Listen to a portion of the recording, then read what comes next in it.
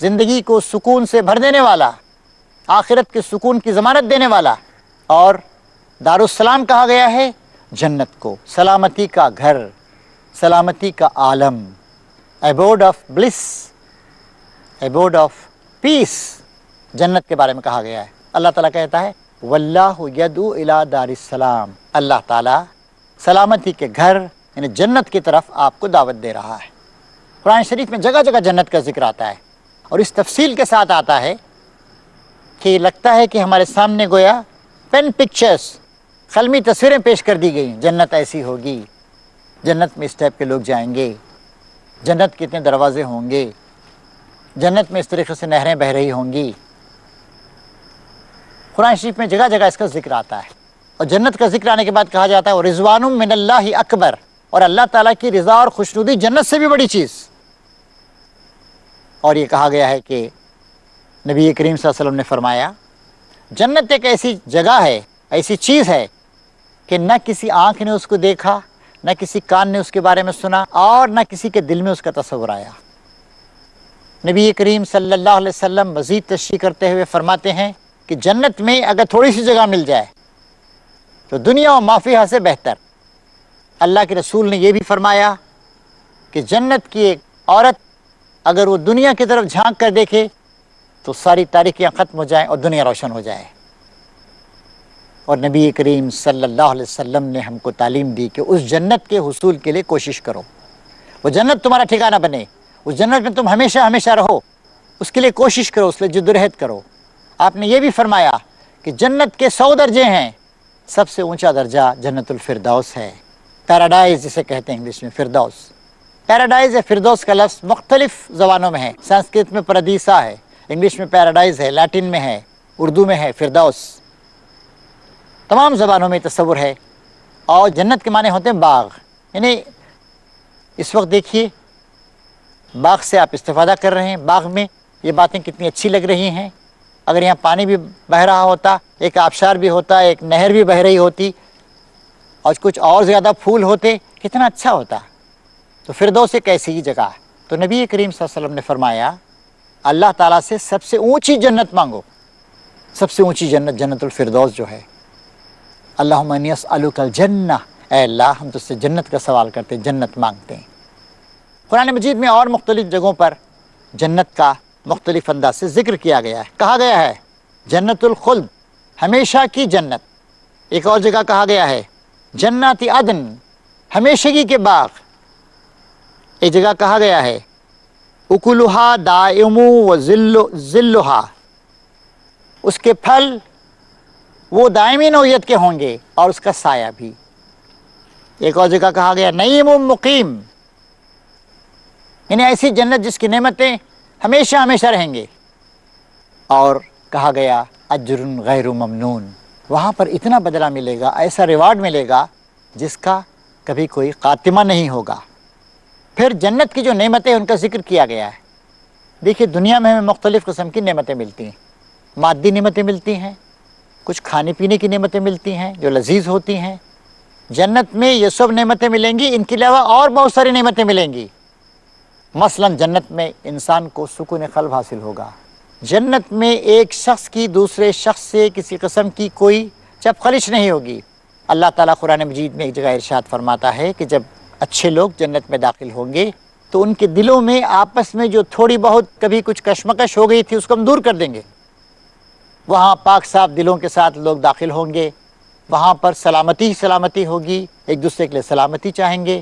دنیا میں لوگ رشک کرتے ہیں، حسد کرتے ہیں، لڑتے جھگڑتے ہیں، دوسرے کی ترقی کو دیکھ نہیں سکتے ہیں، کشمکش کرتے ہیں، شکایتیں کرتے ہیں، باپ بیٹے تک میں اقتدار کے لیے روپے کے لیے جھگڑا ہو جاتا ہے، شوہر بیوی الگ ہو جاتے ہیں، بچے ماں باپ کے ساتھ بغاوت کر دیتے ہیں، ماں باپ بچوں کا حق نہیں ادا کرتے ہیں۔ وہاں اس طرح کی کوئی چیز نہیں ہوگی۔ اور جگہ جگہ فرمایا گیا خالدین فیہا ابدا، جو لوگ جنت میں جائیں گے ہمیشہ ہمیشہ اس میں رہیں گے، اور ہر طرح کی وہاں پر روحانی نعمتیں حاصل ہوں گی، سکون، آنکھوں کی ٹھنڈک، اللہ تبارک و تعالیٰ وہاں خوش رہے گا۔ نبی کریم صلی اللہ علیہ وسلم نے ایک بار پوچھا، چاند 14ویں کا آسمان کی بلندیوں پر نظر آ رہا تھا، بڑا پیارا ماحول تھا، سکون کا عالم تھا، رات کی خاموشی تھی۔ آپ نے کہا میرے ساتھیوں چاند کو دیکھ رہے ہو؟ ہاں یا رسول اللہ۔ بیچ میں کوئی بادل تو حائل نہیں، کوئی اوٹ تو نہیں آ گئی؟ نہیں یا رسول اللہ، بالکل واضح طریقے سے ہم چاند کو دیکھ رہے ہیں۔ آپ نے کہا اس طریقے سے تم اپنے رب کو دیکھو گے؟ اب اللہ تبارک و تعالیٰ کی کیا کیفیت ہوگی، کیسا اس کو نور ہوگا، یہ انسان کے تصور سے بالاتر چیز، بیانڈ اور امیجنیشن۔ انسان کے اندر ابھی وہ صلاحیت نہیں ہے کہ وہ اس طریقے کا تصور کر سکے۔ لیکن بہرحال ایک بات بتائی گئی ہے کہ اور اللہ تعالیٰ کا دیدار، اللہ تعالیٰ کا درشن اتنا پیارا ہوگا، اتنا پرسکون ہوگا اور اتنا سکون دینے والا ہوگا، اس وقت انسان جنت کی تمام نعمتوں سے غافل ہو جائے گا۔ نبی کریم صلی اللہ علیہ وسلم نے کہا کہ جنت کی جو سب سے اونچی نعمت تم کو عطا کی جائے گی وہ اللہ تبارک و تعالیٰ کا دیدار ہوگا۔ اور آپ نے کہا میرے ساتھیوں، جس طریقے سے آج تم چاند کو بغیر کسی حجاب کے پردے کے دیکھ رہے ہو، اس طریقے سے تم انشاءاللہ وہاں پر اللہ تبارک و تعالیٰ کو دیکھو گے۔ اور بھی جنت کی بہت ساری نعمتوں کا ذکر احادیث میں خاص طور سے ہمارے سامنے آتا ہے۔ قرآن شریف میں تو بڑی بڑی اور موٹی موٹی باتیں بتائی گئی ہیں۔ نبی کریم صلی اللہ علیہ وسلم نے جنت کی نعمتوں کا ذکر کرتے ہوئے ایک اور بڑی قیمتی بات ارشاد فرمائی۔ آپ نے ارشاد فرمایا کہ جنت کی سب سے بڑی نعمت یہ ہے کہ اللہ تعالیٰ کی رضا اور خوشنودی۔ چنانچہ آپ نے کہا کہ اللہ تبارک و تعالیٰ اہل جنت سے مخاطب ہوگا اور کہے گا میرے بندو کیا تم جنت میں خوش ہو؟ کہیں گے بار الہ، ہر چیز جس کی ہم کو ضرورت تھی وہ میسر ہے، ظاہر ہے کہ مکمل طور سے خوش ہیں۔ اللہ تعالیٰ کہے گا کہ کیا تمہیں ہر طرح کی نعمتیں حاصل ہیں؟ بار الہ، ہر طرح کی نعمتیں حاصل ہیں، جو کچھ ہم نے چاہا اس سے زیادہ ہے، جو کچھ مانگا اس سے زیادہ ہے۔ اللہ تعالیٰ فرمائے گا کہ میں اس سے بڑی ایک اور نعمت تم کو دینا چاہتا ہوں۔ بندے کہیں گے اے پروردگار اس سے بڑی اور نعمت کیا ہو سکتی؟ ہر طرح کی نعمتیں حاصل ہیں، ہر طرح کی سہولتیں حاصل ہیں، دلوں سے ہر طرح کی کجیاں اور خرابیاں دور کر دی گئی ہیں، کسی قسم کا کوئی لڑائی جھگڑا کچھ نہیں ہے۔ اللہ تعالیٰ فرمائے گا کہ میں تم کو اس سے بڑی ایک چیز دینے والا ہوں۔ وہ اس بات کا وعدہ ہے کہ میں ہمیشہ ہمیشہ تم سے خوش رہوں گا، کبھی تم سے میں ناراض نہیں ہوں گا۔ وَرِضْوَانٌ مِّنَ اللَّهِ اکبر، اور اللہ تعالیٰ کی رضا اور خوشنودی، اللہ کا خوش ہو جانا سب سے بڑی بات، اور اللہ تعالیٰ کی طرف سے اس بات کی ضمانت کہ میں کبھی ناراض نہیں ہوں گا۔ دنیا میں آپ کتنے ہی متقی، کتنے ہی پرہیزگار کیوں نہ ہو، آپ سے غلطیاں ہو سکتی ہیں، آپ گناہوں میں مبتلا ہو سکتے ہیں، آپ خدا کو بھول سکتے ہیں، آپ خدا کے خلاف بغاوت کر سکتے ہیں، آپ کی زندگی بالکل تبدیل ہو سکتی ہے۔ کوئی گارنٹی نہیں ہے کہ اچھے سے اچھا آدمی کل بھی اچھا رہے گا یا تبدیل ہو جائے گا۔ لیکن جنت میں اللہ تبارک و تعالیٰ ہمیں اس ایسی کیفیت تک پہنچائے گا، اللہ تعالیٰ کہے گا کہ میرے بندو میں ہمیشہ ہمیشہ تم سے خوش رہوں گا، اس بات کا وعدہ کرتا ہوں، اور کبھی تم سے میں ناراض نہیں ہوں گا۔ یہ سب سے بڑی چیز، اور اللہ تعالیٰ خود اس کے بارے میں فرمائے گا کہ یہ سب سے بڑی چیز ہے جو تم کو عطا کر رہا ہوں، کہ میں تم سے اس بات کا وعدہ کرتا ہوں کہ میں کبھی تم سے ناخوش نہیں ہوں گا۔ کتنی بڑی چیز ہے اللہ تعالیٰ کی رضا اور خوشنودی کا حاصل ہو جانا، گارنٹی۔ اب آئیے ایک اور پہلو کی طرف توجہ دیں۔ اللہ تعالیٰ کہتا ہے سلام قولا من رب الرحیم، رب رحیم کی طرف سے سلام کہا جائے گا، سلام کہلا بھیجا جائے گا۔ دیکھیے آپ اور ہم ایک دوسرے کو سلام کرتے ہیں، السلام علیکم ورحمۃ اللہ، آپ پر سلامتی ہو اور اللہ تعالیٰ کی رحمت ہو۔ ہم سلامتی کسی کو دے نہیں سکتے ہیں۔ اللہم انت السلام و منک السلام، اے اللہ تو سراسر سلامتی ہے، سلامتی تیری طرف سے آتی، سلامتی کا مالک اللہ تعالیٰ ہے۔ لیکن جب اللہ تعالیٰ کہے گا سلام، ہم جب سلام کرتے ہیں اس کا مطلب یہ ہے کہ اے اللہ ان پہ سلامتی نازل فرما، ان کو شانتی اور سکون عطا فرما، ان کو عزت عطا فرما، ان کی حفاظت فرما۔ یہ سارے مفہوم ہیں، اللہ سے کہتے ہیں ہم۔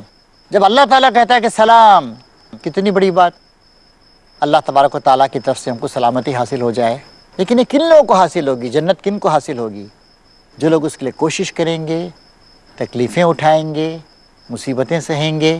اس آیت پر ذرا توجہ فرمائیے، ان الذین قالوا ربنا اللہ ثم استقاموا تتنزل علیہم الملائکہ الا تخافوا ولا تحزنوا وابشروا بالجنۃ التی کنتم توعدون نحن اولیاؤکم فی الحیاۃ الدنیا وفی الآخرہ ولکم فیہا ما تشتہی انفسکم ولکم فیہا ما تدعون نزلا من غفور الرحیم۔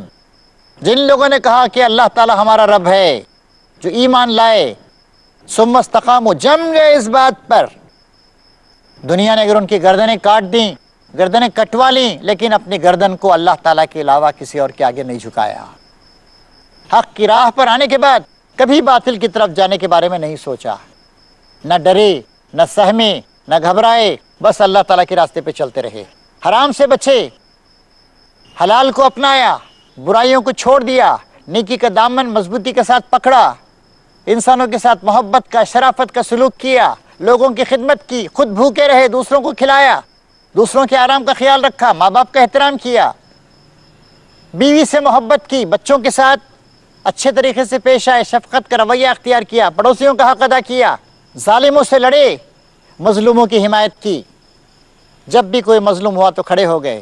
تو یہ سب باتیں اس تشریح میں آتی ہیں کہ جن لوگوں نے کہا کہ اللہ ہمارا رب ہے، لا الہ الا اللہ کہا، ثم استقاموا، جم گئے اس بات پر، تتنزل علیہم الملائکہ، ان پہ فرشتے نازل ہوتے ہیں، کیا کہتے ہیں؟ اللہ تخافوا ولا تحزنوا، گھبراؤ مت، غم زدہ مت ہو، نحن اولیاؤکم فی الحیات الدنیا وفی الآخرہ، ہم دنیا کی زندگی میں بھی تمہارے دوست اور سرپرست اور پیٹرن ہیں، اور آخرت میں بھی، یعنی دنیا میں بھی اللہ پر ایمان رکھنے والا، جنت کے لیے کوشش کرنے والا تنہا نہیں ہے، دنیا میں بھی اللہ تبارک و تعالیٰ اس کا ساتھ دے رہا ہے۔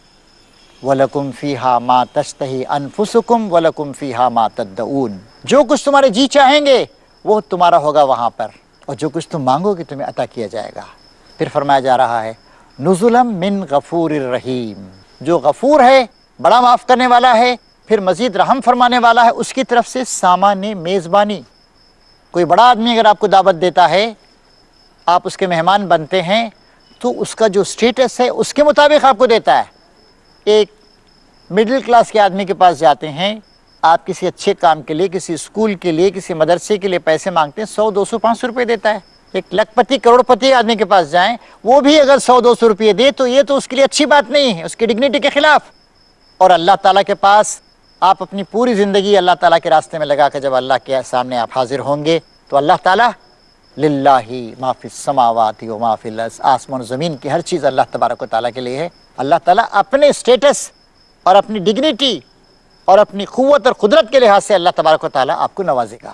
اللہ تعالیٰ کی ڈگنیٹی کے خلاف یہ ہے کہ اللہ تعالیٰ آپ کو کم دے، بہت دے گا، اتنا زیادہ دے گا کہ آپ نہال ہو جائیں گے، آپ کہیں گے نہیں اللہ اب اور کسی چیز کی ضرورت نہیں، پھر ہمیشہ ہمیشہ آپ وہاں پہ رہیں گے۔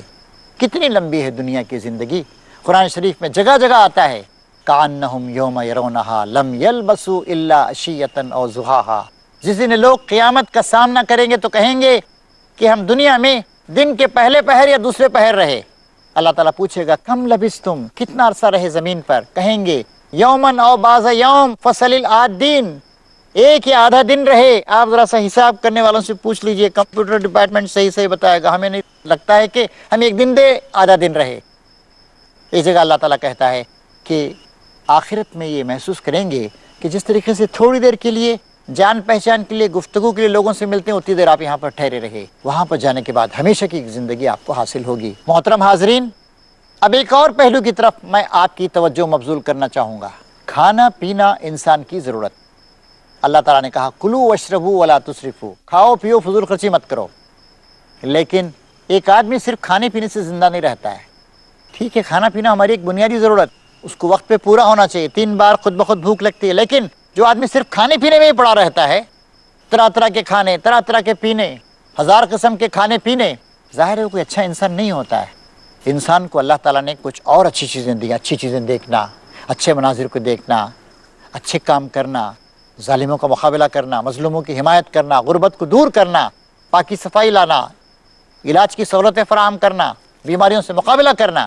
اسی طریقے سے انسان اس وقت تک مطمئن نہیں ہوتا جب تک وہ علمی کام نہ کرے، اکیڈمک پرسوٹس، وہ جاننا چاہتا ہے کہ کائنات کیا ہے، سورج کیسا ہے، چاند کیسا ہے۔ تو جنت ایک ایسی جگہ ہوگی، ہمیشگی کی جگہ، اللہ کی رضا اور خوشنودی کے حصول کی جگہ، انسان کی تمام تمناؤں کی پورے ہونے کی جگہ، دنیا میں جو تکلیفیں ہوئی تھی ان سب کے کمپنسیشن کی جگہ، اور مسلسل ترقی، روحانی ترقی، مادی ترقی، ہر طرح کی ترقی، ہر طرح کی دماغی ترقی کا ایک سفر مسلسل ہوگا، اور آپ بہتر سے بہتر کی جستجو میں بلند سے بلند منظروں کی طرف چلے جائیں گے۔